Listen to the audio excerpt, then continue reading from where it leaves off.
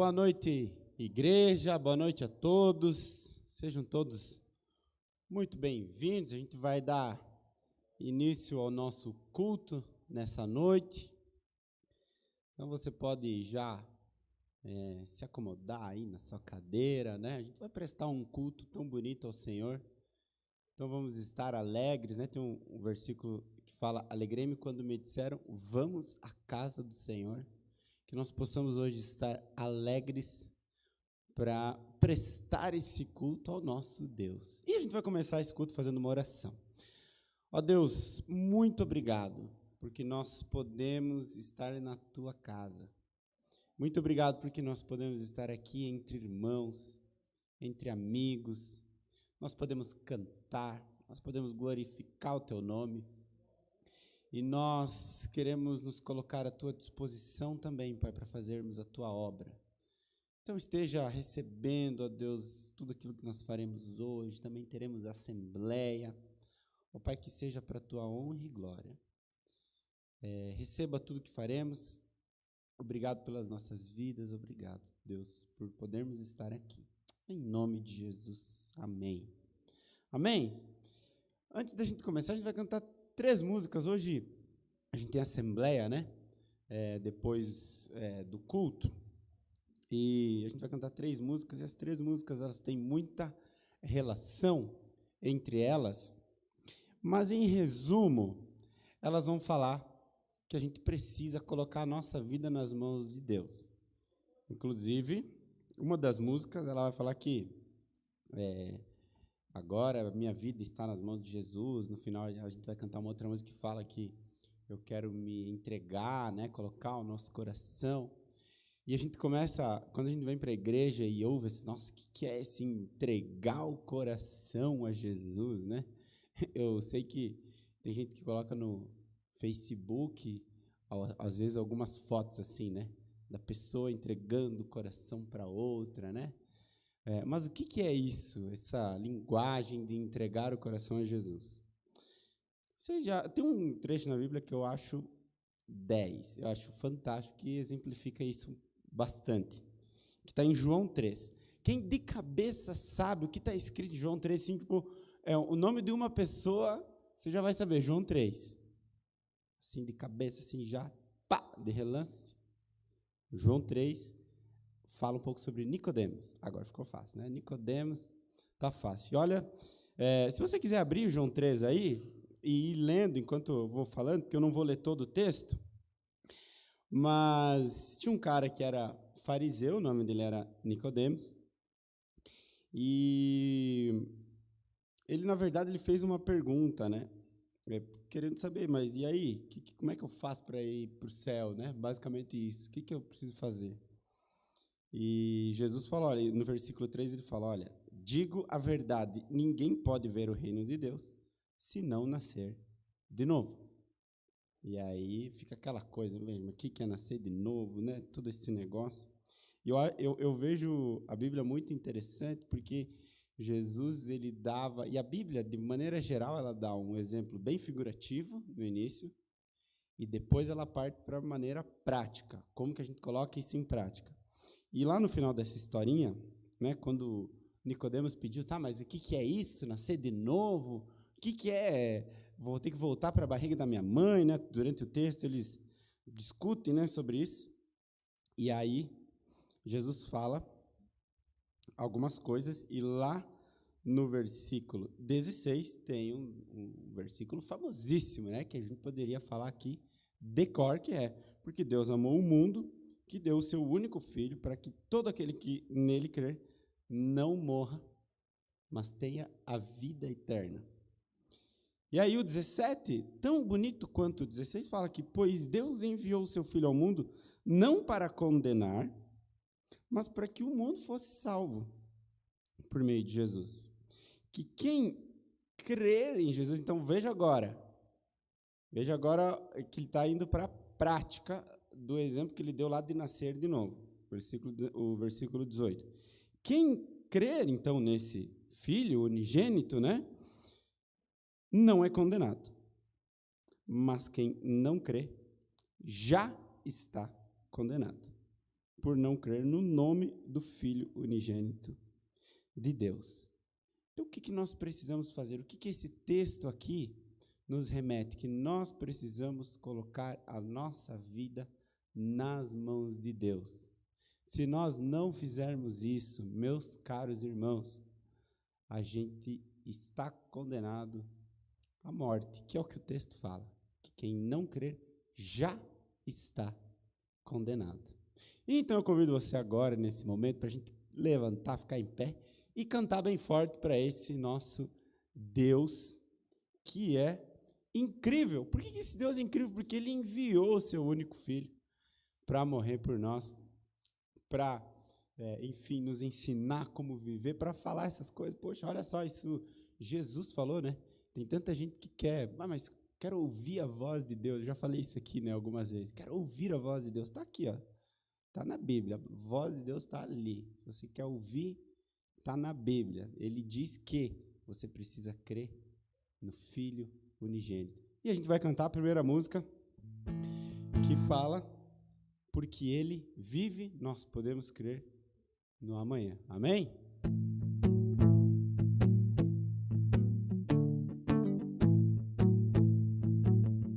Porque Ele vive, posso crer no amanhã. Porque Ele vive, temor não há.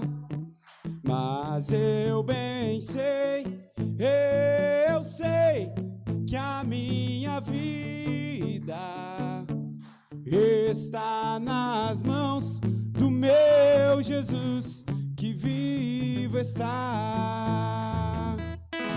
Deus enviou seu Filho amado para morrer em meu lugar, na cruz sofrer por meus pecados, mas o sepulcro vazio está, porque Ele vive. Canta bem forte. Porque Ele vive, posso crer no amanhã. Porque Ele vive, temor não há. Mas eu bem sei, eu sei que a minha vida está nas mãos do meu Jesus, que vivo está. E quando enfim chegar a hora em que a morte enfrentarei, sem medo então terei vitória, verei na glória o meu Jesus, que vivo está. Não é bonito isso? Então canta. Porque Ele vive, posso crer no amanhã. Porque Ele vive, temor não há. Mas eu bem sei, eu sei que a minha vida está nas mãos do meu Jesus, que vivo está. Para finalizar, porque Ele vive. Porque Ele vive, posso crer no amanhã. Porque Ele vive, temor não há. Mas eu bem sei, eu sei que a minha vida está nas mãos do meu Jesus, que vivo está. Ó Deus, a nossa vida está nas tuas mãos, meu Pai. Nós somos felizes porque o Senhor nos aceitou, apesar de nós sermos pecadores como nós somos, Pai. Ó Deus, a tua graça, ela nos alcançou de uma maneira que foi impressionante. Muito obrigado por isso, Deus.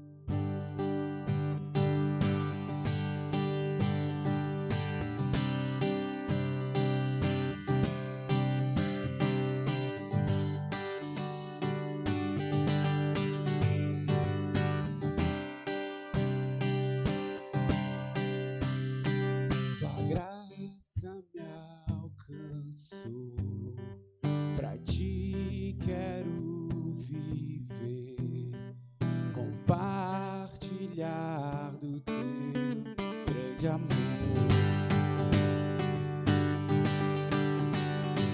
O que podemos ser na vida de alguém depende tão somente de nós. Se eu não for, quem irá? Se eu não estender as mãos, quem o fará? Me envolver, me entregar e dizer ao mundo que Jesus voltará, até que Ele venha, até que Ele venha. Cristo, a esperança que ao mundo vou levar, até que Ele venha, até que Ele venha. Ele é a razão que me faz continuar. Tua graça me alcançou, pra ti quero viver, compartilhar do teu grande amor. O que podemos ser na vida de alguém? Cante.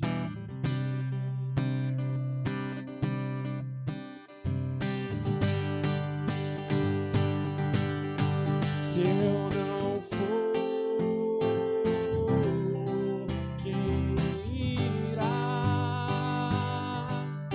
Se eu não estender as mãos, quem o fará? Me envolver, me entregar e dizer ao mundo que Jesus voltará. Até quando? Até que Ele venha, até que Ele venha. Cristo, a esperança que ao mundo vou levar, até que Ele venha, até que Ele venha.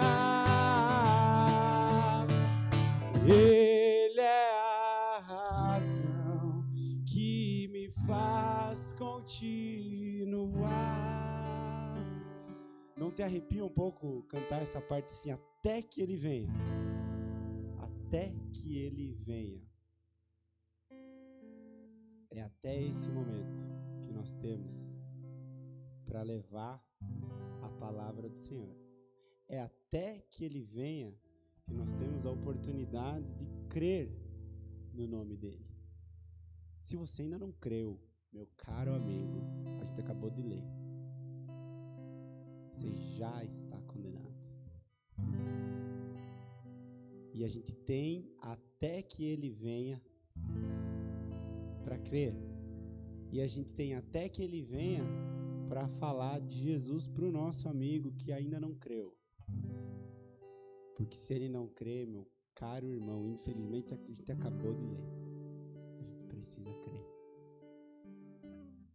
Vamos relembrar bem disso, vamos cantar mais uma vez esse Até Que Ele Vem, que estava muito bonito. Todo mundo cantando forte.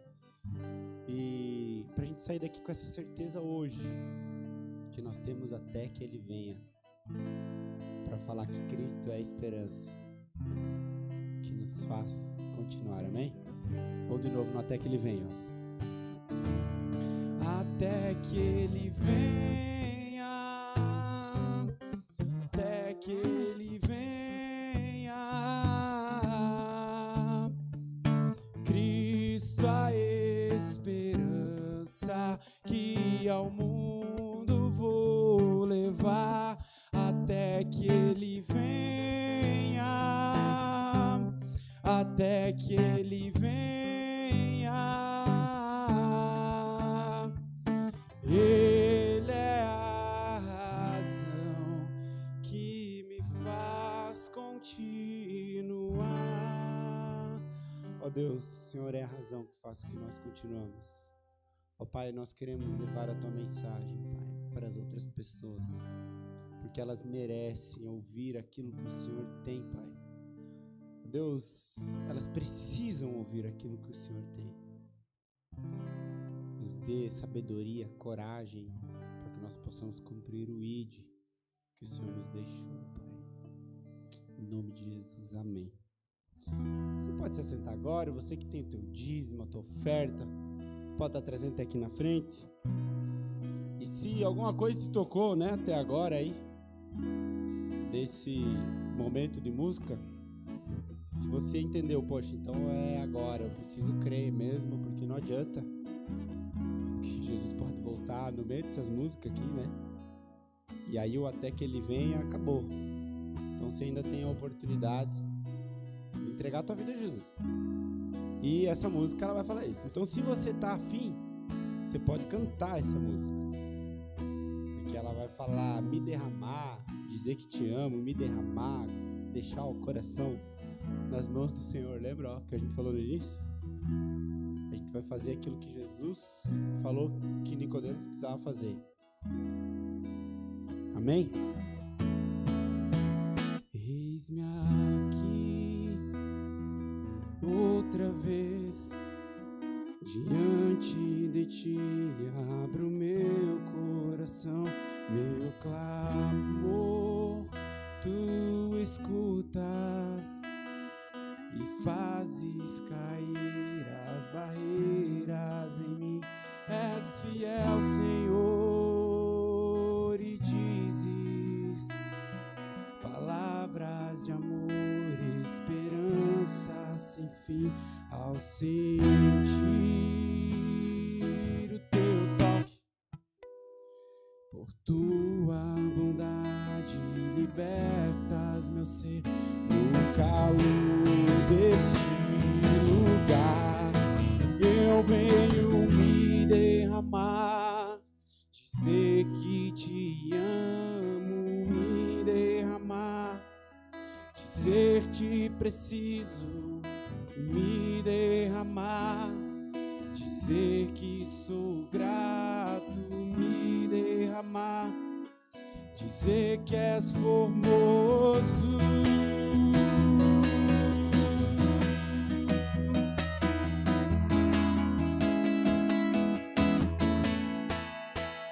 Eis-me aqui outra vez diante de Ti, abro meu coração, meu clamor Tu escutas e fazes cair as barreiras em mim. És fiel, Senhor, e dizes palavras de amor, esperança sem fim. Ao sentir o Teu toque, por Tua bondade libertas faz meu ser no calor deste lugar. Eu venho me derramar, dizer que te amo, me derramar, dizer que preciso, me derramar, dizer que sou grato, me derramar, dizer que és formoso.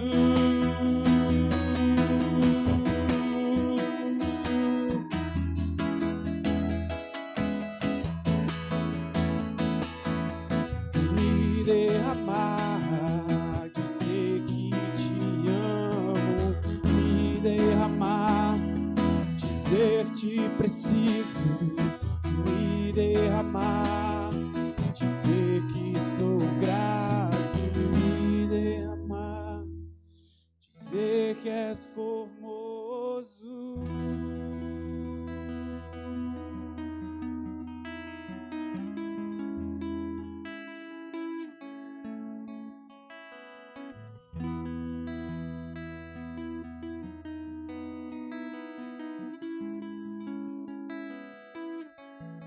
Ó Deus, nós colocamos as nossas vidas nas Tuas mãos, porque sabemos que o Senhor é o único que pode nos salvar, ó Pai.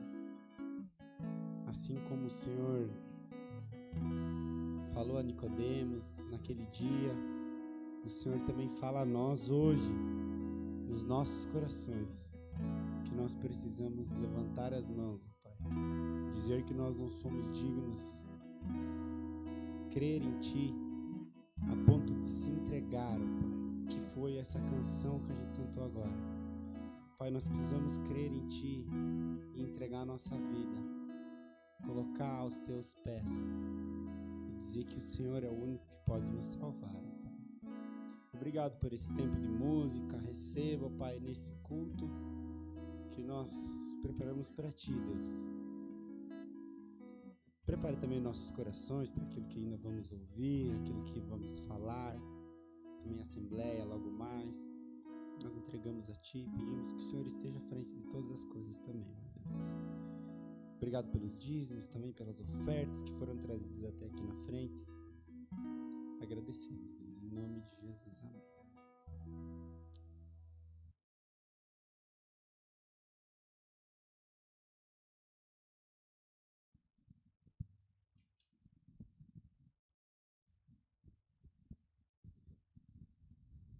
Amém.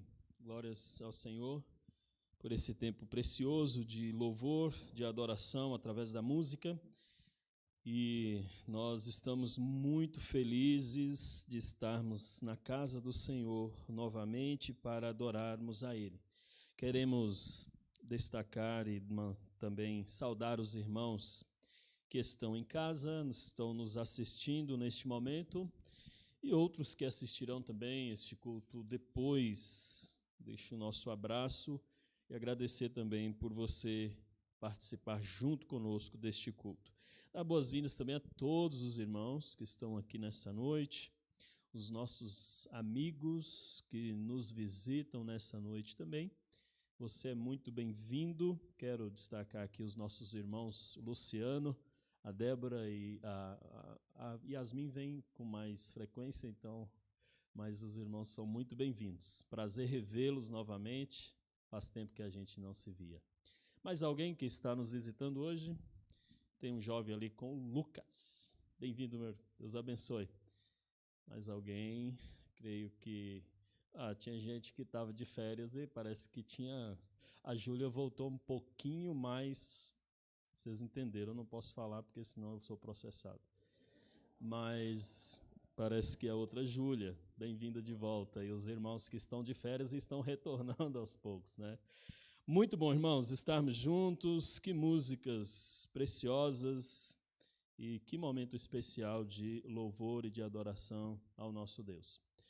Eu queria ler um texto com os irmãos, João capítulo 1, 14 ao 18. Eu vou começar a pregar nesse texto hoje, não vou terminar, e na semana que vem queremos dar continuidade. nós estamos falando sobre a graça de Deus e os benefícios da graça, a maneira como Deus nos amou pela graça dele. E esse texto que nós vamos ler, ele retrata a graça da seguinte forma: o ofendido vem ao ofensor e lhe oferece a reconciliação. E quando nós entendemos a graça de Deus na nossa vida, fica fácil fazer isso. O ofendido ir ao ofensor e oferecer a reconciliação. Tem pessoas que falam assim: pastor, isso não é comigo, eu não faço isso, eu não consigo, isso não é para mim. Isso é para quem recebeu a graça de Deus. Porque faz o que Deus fez, a exemplo de Deus, que vem ao ofensor, que é você, que sou eu, e oferece a reconciliação. A graça dele é isso. E então, quando nós entendemos isso, é tranquilo fazer isso. Irmãos, não tenho dificuldade para fazer isso. Não sei se você tem, mas a gente tem ideia de continuar falando sobre a graça de Deus. Minha oração é que no final você chegue pensando completamente diferente sobre a vida cristã. Capítulo 1 de João 14 ao 18 diz: aquele que é a palavra tornou-se carne e viveu entre nós. Talvez você tenha uma tradução, uma outra tradução que vai dizer aquele que era o verbo, ou uma outra tradução que diz aquele que é o logos, né? O logos, verbo, palavra, é a mesma coisa aí. Mas vamos ler. Vimos a sua glória como do unigênito vindo do Pai, cheio de graça e de verdade. João dá testemunho dele, ele exclama: este é aquele de quem eu falei. Aquele que vem depois de mim é superior a mim, porque já existia antes de mim. Todos recebemos da sua plenitude graça sobre graça, pois a lei foi dada por intermédio de Moisés, a graça e a verdade vieram por intermédio de Jesus Cristo. Ninguém jamais viu a Deus, mas o Deus unigênito que está junto do Pai o tornou conhecido. Nós temos falado sobre a graça aqui há alguns domingos, refletindo sobre a graça. A palavra predileta da primeira igreja, da igreja primitiva. Se você lê o Novo Testamento, principalmente os escritos dos apóstolos, você vai perceber que eles exageraram usando o termo graça. Nós também temos escritos dos primeiros cristãos, por exemplo, Lucas, Marcos, outros irmãos que escreveram também os evangelhos, também descrevem exageradamente a graça de Deus. Foi algo, como disse na semana passada, manifesto. Foi algo que foi interrompido. A partir de agora vive-se na graça. Meu professor de faculdade, Josemar, às vezes a gente pedia algumas coisas para ele que quase todos os alunos pedem para um professor quando ele não cumpre os prazos de entrega de trabalho. Ele falou assim, eu não ia receber, mas como nós estamos vivendo na era da graça, eu vou receber então. Então, ele é a era da graça, a nova aliança, o momento em que Jesus dividiu a história. Vive-se um novo tempo, o tempo da graça do Senhor Jesus. A palavra graça aparece 156 vezes só no Novo Testamento. É uma das palavras prediletas, por exemplo, do apóstolo Paulo, e aqui, por exemplo, do do apóstolo João. Muitas vezes, como já disse, mas insisto, significando qualidades morais e éticas e comportamento correspondente dos cristãos. Ser bondoso com alguém, com a implicação de que a pessoa bondosa faz isso gratuitamente, ser bondoso, ser gracioso, conceder gratuitamente, graça, bondade, mas também é uma expressão de gratidão, graças. Mas o principal, irmãos, desses significados, aponta para o grande amor de Deus que salva as pessoas e as conserva unidas com Ele. Graça significa isso, um Deus que por amor salva e conserva unidas com Ele. Em outras palavras, a graça de Deus significa a decisão amorosa de Deus em nos salvar da maldição eterna e nos abençoar, mesmo nós não sendo merecedores. A menos que tenha alguém aqui que mereceu ser salvo. Bom, pelo silêncio, eu acho que ninguém, né? Eu também não. Ninguém mereceu. Foi um ato vindo de Deus em direção ao homem. Pelo contrário, o que nós fizemos merecia e acontece, como já foi dito no louvor, a condenação. Todos estão condenados e a cruz é quem zera o homem, é quem dá a condição de ex-condenado. Nós somos, irmãos, os ex-condenados. A cruz nos libertou, a graça de Deus, a obra dele. Eu vi aquele pastor no curso do Haggai, né? Ele dizendo, nós somos considerados ex-condenados. O contrário de não crer em Jesus, João 3,36 diz que a ira de Deus permanece. A condenação permanece sobre aqueles que rejeitam crer em Jesus. É algo difícil para o mundo compreender. No mundo, aquele que ofendeu é quem deve ir em direção ao ofendido e buscar a reconciliação. É ou não é? Quantas vezes você já agiu assim? A pessoa te ofende e você fala assim, não, eu só perdoo quando ele vir falar comigo. Já pensou se Deus agisse assim conosco? Não, ele enviou Jesus, ele veio. E esse texto aqui retrata bem isso. A graça de Deus é o contrário. Deus, o ofendido, é quem veio em nossa direção, os ofensores, e nos ofereceu a reconciliação. Uma interessante observação do autor André Sanches, essa citação, no seu site Esboçando Ideias. Quem está estudando a palavra aí, tem algumas coisas interessantes nesse site, dá para dar uma olhada.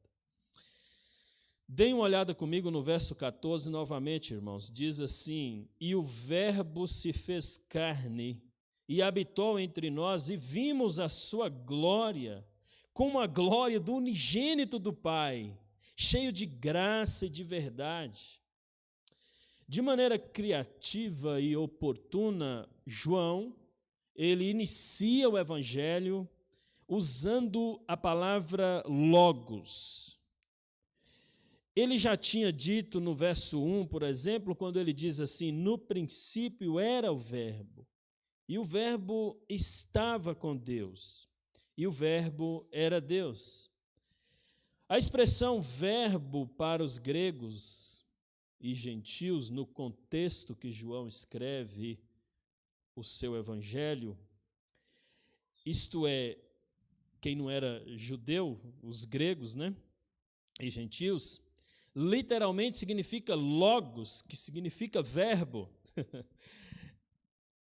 Logos, ou verbo, para aquele povo, era a palavra que descrevia a resposta para o significado do mundo e da vida. muito utilizada pelos filósofos da época, a palavra logos. Era a palavra que descrevia. Os filósofos gregos na antiguidade diziam que o que estava por trás do mundo, ou a substância que sustentava o mundo, era chamada de logos. E João fala assim: no princípio era o logos, e o logos estava com Deus, e o logos era Deus.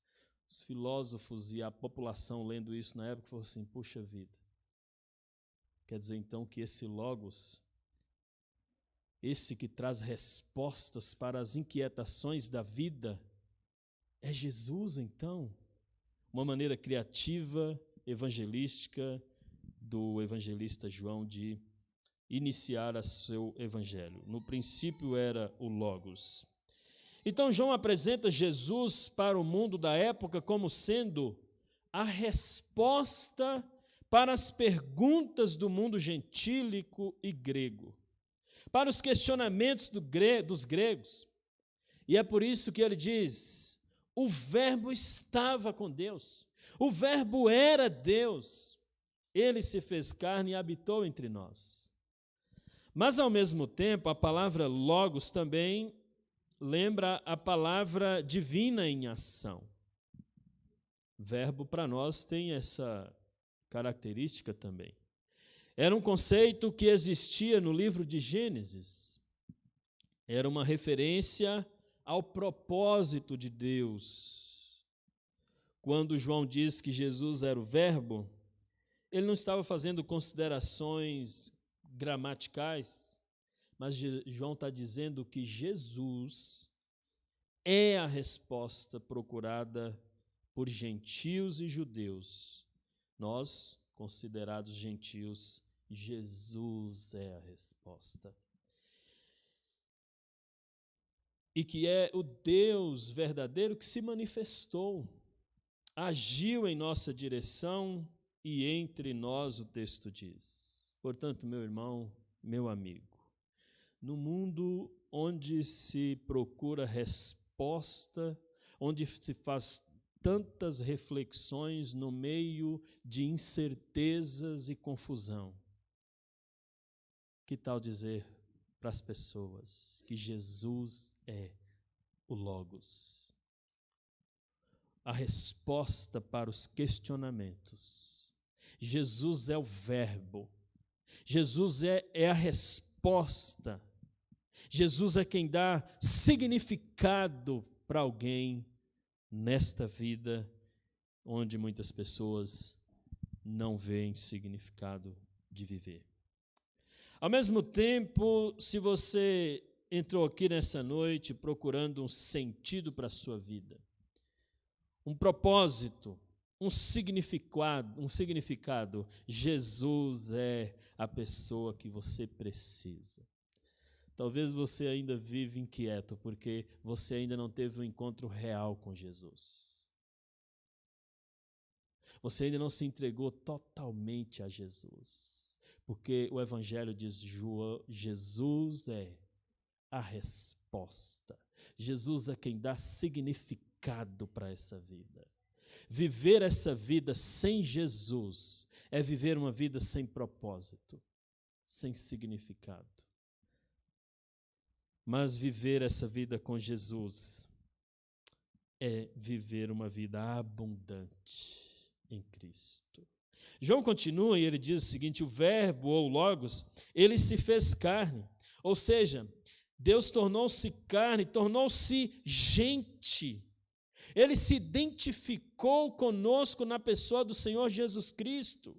João está falando da encarnação do Senhor Jesus, que mostra como Deus se revelou, como Deus se identificou com o ser humano através de Jesus e como ele fez isso a fim de nos trazer salvação, redenção de uma maneira especial e extraordinária. O apóstolo Paulo, em Colossenses 2,9, diz o seguinte: pois em Cristo habita corporalmente toda a plenitude da divindade. um comentário do pastor Luiz Saião sobre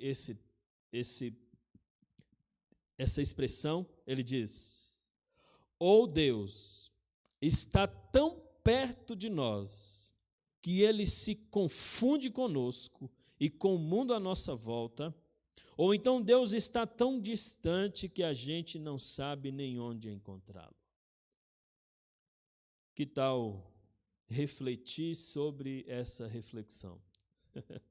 Ou Deus está tão perto de nós que ele se confunde conosco e com o mundo à nossa volta, ou então Deus está tão distante que a gente não sabe nem onde encontrá-lo. O que chama atenção na exposição de João aqui é que ele continua e diz o seguinte: o Verbo que se fez carne, ele habitou entre nós. Habitou entre nós é o cumprimento da velha história de Israel.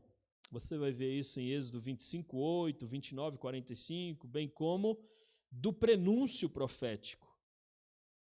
Havendo, por sua vez, de encontrar seu último cumprimento eterno na nova terra. Meus irmãos, Deus já habitou na tenda da revelação, habitou em seu santo templo. Agora ele habita em nós através do Espírito Santo. Agora ele habita conosco em Jesus. Isso é graça. Isso é graça. Um Deus imenso, santo, habitar num Pedro pecador, pequeno, falho. Que coisa impressionante. Isso tem um significado. É graça de Deus. É graça de Deus. Se humilhar e habitar num Pedro pecador. Se humilhar, deixar a sua glória, o seu trono e vir a este mundo, andar entre o povo e buscar essa reconciliação. Você consegue fazer essa cena na sua mente? Isso é graça de Deus. Deus deixar o seu esplendor, a sua glória e vir e andar, habitar entre aqueles que o ofendeu. É como você sair da sua casa e lá na porta de quem te ofendeu e falar assim: seguinte, o que eu preciso fazer para poder você se reconciliar comigo? Se algo houver a ser feito, faça, porque Deus fez. Ele sacrificou seu filho. E essa pena deveria ser para nós, mas ele faz através do seu filho. E João, ele fala, agora ele habita conosco. Isso faz, meus irmãos, o Deus do cristianismo diferente de todos os deuses das religiões existentes. Ele é diferenciado, ele é único. Ele foi o único que se sacrificou e buscou essa reconciliação com os seus. João fala assim: nós vimos a sua glória. João, juntamente com as testemunhas oculares, tiveram a extraordinária, irmãos, satisfação de ver a glória do Pai. Puderam testemunhar isso. Louvor, honra e glória, esplendor, brilho, majestade do Deus encarnado através de Jesus Cristo, andando com eles, comendo com eles, dormindo com eles, fazendo a obra juntos. Jesus, o Verbo que habitou entre nós, o qual os apóstolos e as testemunhas oculares viram a sua glória, é o unigênito do Pai. O único que tem a mesma natureza que Deus tem. Não é a mesma coisa a ideia que temos normalmente de um filho no sentido humano do termo, mas a filiação de Jesus, significa que ele é o único que tem a mesma natureza que Deus tem, o unigênito do Pai. Por isso que João 3,16 já foi falado no início, porque Deus amou o mundo de tal maneira que deu seu Filho unigênito para que todo aquele que nele crê não pereça, mas tenha a vida eterna. E agora, Deus não fez isso assim por uma obrigação. Sabe quando você aconselha uma pessoa a pedir desculpas, a se reconciliar, e parece que ela está fazendo uma obrigação? Eu vou fazer, pai, porque você está me mandando. Eu vou fazer, pastor, porque você está me pedindo. Eu vou fazer porque a igreja fala para eu fazer. Eu vou fazer por causa disso. Deus fez tudo isso, cheio de graça e de verdade. Cheio de graça. Você imagina Deus ofendido pelo meu pecado? Ele deixa o seu trono e vem na minha direção, cheio de carisma. Ô, gente, isso é algo surreal para nós pecadores imaginarmos, é ou não é? É surreal. Isso é graça de Deus. Ele vinha na direção de quem o ofendeu, cheio de graça. Cheio de graça tem a ver com carinho, com carisma. Quando a gente diz que alguém é carismático, todo mundo entende isso. Então Deus, de maneira carismática, Ele se humilha, se rebaixa, se equipara, se identifica, torna-se carne, cheio de graça, com amor, com mansidão. Ele busca a reconciliação com todos os seus condenados. Isso é graça de Deus, cheio de graça. Vir a nós de tal maneira que possamos vê-lo, que possamos suportá-lo e por causa disso assumir a encarnação, isso é graça. Uma maneira de pensar de João que dá a ideia de pensamento de cima para baixo, não pensando no homem fazendo algo para buscar a reconciliação, mas Deus fazendo. A religião cristã, irmãos, o cristianismo, ser crente é imaginar a obra de Deus, Deus vindo em direção ao homem. Nunca o homem tendo que fazer algo para buscar a reconciliação. Nunca. Deus vindo em direção. Isso é graça, o ofendido. Toda pessoa que sabe a quem se refere ao dizer Deus, compreende que Deus tem glória, é único e cheio de graça. Nós seremos humanos, consideramos conforme nosso próprio modo de ser, a glória como desdobramento de poder, brilho e magnitude. Deus, com certeza, irmãos, possui essa glória. No entanto, quando nós lemos a Bíblia desde o Antigo Testamento, percebemos um Deus que, apesar da sua glória, se revela de maneira humilde, cheio de graça, humilde. Ele não se revela nos grandes impérios, nem tampouco nos ápices da história. Pelo contrário, Deus escolheu um povo fracassado, uma nação minúscula de Israel, e transformou esse povo. Meus irmãos, um povo esmagado de Israel. Por quê? 1 Coríntios 1:25 diz que porque a loucura de Deus é mais sábio do que os homens, e a fraqueza de Deus é mais forte do que os homens. Tudo isso é pura graça de Deus. Eu já contei isso aqui, conto de novo. Eu tirei 10 numa prova que só tinha uma pergunta. Foi a única prova que eu tirei 10 no seminário. Estou brincando. Teve outras. A prova era o seguinte, era de crescimento pessoal, primeira matéria que a gente tem no seminário. Como você lida com o perdão? Só isso. A prova era isso. Fácil fazer prova no seminário, né? Pelo menos essa foi, para alguns. Muita gente precisa escrever um livro para explicar como ela lida com perdão. Mas eu escrevi assim: desde quando eu entendi o perdão de Deus por mim, pecador, eu perdoo todos aqueles que me ofendem. Não tenho dificuldade de lidar com perdão. Ponto. Tirei 10. Você tem dificuldade de lidar com perdão?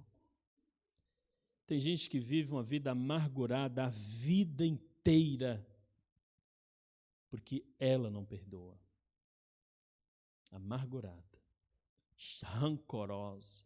Aliás, irmãos, se você conhece alguém rancoroso, normalmente é uma pessoa que tem dificuldade de perdoar. É ou não é? Normalmente é.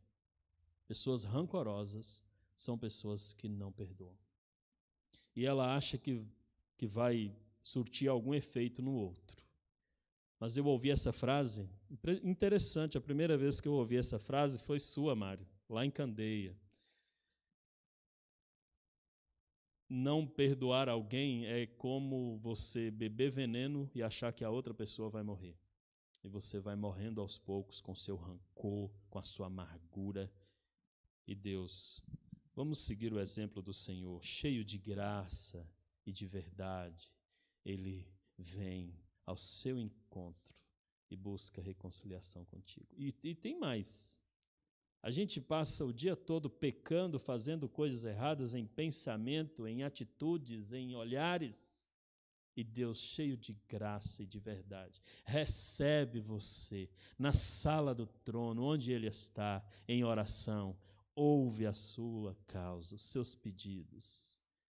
E Ele, cheio de graça, perdoa e diz: eu acredito em você, eu estou trabalhando em você, você vai mudar, você vai crescer na graça, na minha graça e no meu conhecimento. Ao pronunciar seu nome para Moisés no Monte Sinai, em Êxodo 34:6, Deus diz: então Deus passou diante de Moisés e disse em voz alta: eu sou o Senhor, o Deus eterno. Eu tenho compaixão e misericórdia. Não fico irado com facilidade. E a minha fidelidade e o meu amor são tão grandes que não podem ser medidos. Isso é graça. Isso daqui distingue Deus de todos os deuses das religiões do mundo. Deus é aquele que não se ira facilmente. João testemunha e diz: ele não só é cheio de graça, mas também de verdade. Estou terminando. Existe sempre uma correlação entre graça e verdade desde o Antigo Testamento. Verdade significa, no contexto hebraico, ser firme. O que é firme e confiável, e que por isso não nos engana nem decepciona, isto é, verdadeiro, é verdade. A graça, meus irmãos, em Jesus, é graça genuína, na qual podemos confiar integralmente. A verdade é a realidade autêntica em contraposição a toda aparência e distorção da realidade na mentira. A verdade é luz contra todas as sombras e trevas. A verdade, de fato, destaca-se em Jesus. Enquanto no mundo alienado de Deus, tudo é distorção, desfiguração, e por isso inautenticidade e inverdade, enquanto o mundo nos acusa de que cremos em fábulas e construímos para nós um mundo religioso fictício, de fato temos em Jesus a verdadeira realidade. O fato de que ela nos é mostrada em Jesus constitui graça. Consequentemente, graça e verdade estão intimamente ligadas. E o Verbo se fez carne, Jesus. Ele habitou entre nós. João diz: nós vimos a sua glória, cheio de graça e de verdade. João era judeu, ele sabia muito bem que a habitação de Deus, o ver Deus, podia causar a morte deles. A glória de Deus, tem isso lá no Antigo Testamento, quando Deus instrui Moisés nesse sentido. Mas João fala assim, olha, é algo impressionante, porque nós vimos Ele. Ele é o unigênito, com as mesmas características de Deus, a natureza de Deus. Ao mesmo tempo, cheio de glória, mas ao mesmo tempo também cheio de graça e de verdade. Irmãos, isso é espetacular, isso é incrível, isso é extraordinário. A graça de Deus é algo incrível. Esse é o testemunho de João, a sua experiência com Jesus. Eu quero terminar fazendo um apelo a você, meu irmão, para que você entregue-se totalmente a Jesus e tenha experiências com Ele, tenha o que falar sobre Ele, que você cresça na graça e que você fale sobre a graça de Deus, que suas atitudes sejam atitudes de uma pessoa cheia de graça. Pastor Martin, quando estava aqui, a gente tinha situações que a gente tinha que conversar, tinha que tratar. E às vezes a gente lembrava de algumas histórias de reuniões de diretoria, de assembleias, e ele falava assim, ainda bem que fulano de tal dá para conversar. Infelizmente, tem muitos crentes que não dá para conversar, a conversa não termina bem. E eu pergunto, onde está o entendimento da graça de Deus? Nós vamos continuar falando mais sobre isso, meu irmão, mas eu convido você, apelo a você, a entregar-se totalmente a Jesus. Quando eu estava pensando nessa mensagem, estudando sobre essa mensagem, me veio uma música muito linda do Projeto Sola. Não sei o que você escuta, mas Projeto Sola tem músicas muito boas. E tem uma música que eles escreveram, que é João capítulo 1. E eu procurei um vídeo com a letra. Se você conhece, quiser cantar junto, fica bem legal. Então vamos cantar essa música.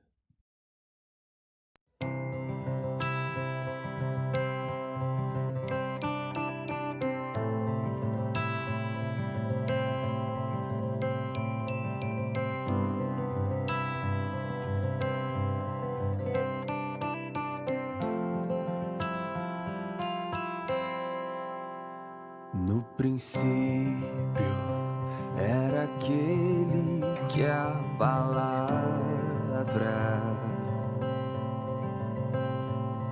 estava com Deus e era Deus.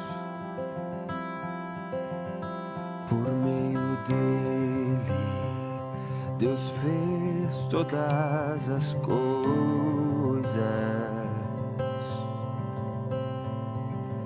Nada existiria se não fosse por Ele. Ele é a luz que brilha na escuridão, e as trevas não podem o deter. A plenitude de toda a criação, palavra eterna que se encarnou.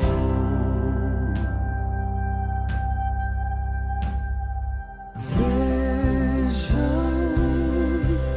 é o Filho do Homem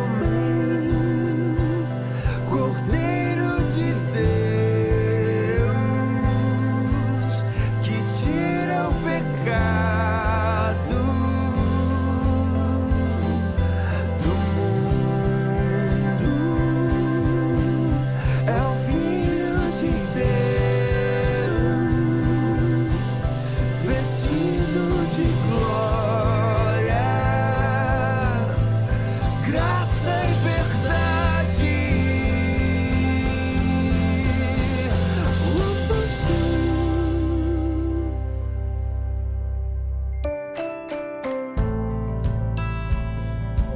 Depois ele repete, tem uma parte final, mas é uma música muito linda. E fica a dica, hashtag fica a dica de boas músicas para se ouvir. E eu tenho feito isso, irmãos, também, porque eu vejo que há uma dificuldade muito grande das pessoas ouvirem boas músicas. Ouvem qualquer coisa, eu vejo tantos crentes ouvindo teologia da prosperidade, nós não cremos nisso. Então eu tenho passado essas músicas, pregado e colocado essas músicas também, para que você tenha uma noção do que são músicas bíblicas. E essa música é João capítulo 1. Maravilhosa música. Projeto Sola, hashtag fica a dica. Não estou cobrando nada do Projeto Sola para fazer isso aqui. Nós vamos orar agradecendo a Deus. Ele é a luz que brilha na escuridão. Ele é a luz que brilha na escuridão. Talvez você tenha um vizinho, um amigo, um irmão, alguém da família, ou talvez você mesmo tenha vivido uma escuridão. Jesus é a luz que brilha na escuridão, cheio de graça e de verdade. Ó Senhor, eu me arrepio a lembrar desses princípios da Tua palavra. Obrigado pela graça do Senhor. Obrigado por ser tão bom. Obrigado por ser tão amoroso, tão gracioso. Obrigado porque se não fosse pela graça, eu estaria perdido. Mas a Bíblia diz que pela graça sois salvos mediante a fé. E a graça vem do Senhor. Ó Deus, obrigado por ter se manifestado e trazido a salvação para o mundo, para todos aqueles que creem no Senhor. Ó Deus, nós te louvamos, Pai, nós te agradecemos por ser a luz que brilha na escuridão. Eu estava nas trevas, no lamaçal de pecados, distante, longe do Senhor. E essa luz brilhou. Eu entendi o sacrifício de Jesus. Eu entendi a interrupção na história, o sacrifício, a morte, a ressurreição de Jesus. Eu entendi. Se há alguém aqui nessa noite, Pai, que ainda não entendeu, que saia daqui convertido, entendendo isso, Pai. Esse é o nosso pedido. Que haja salvação nessa noite.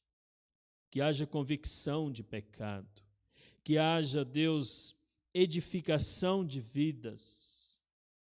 Ó Deus, se há alguém aqui nessa noite com dificuldade de lidar com perdão, isso não está condizente com alguém que testemunha sobre Jesus.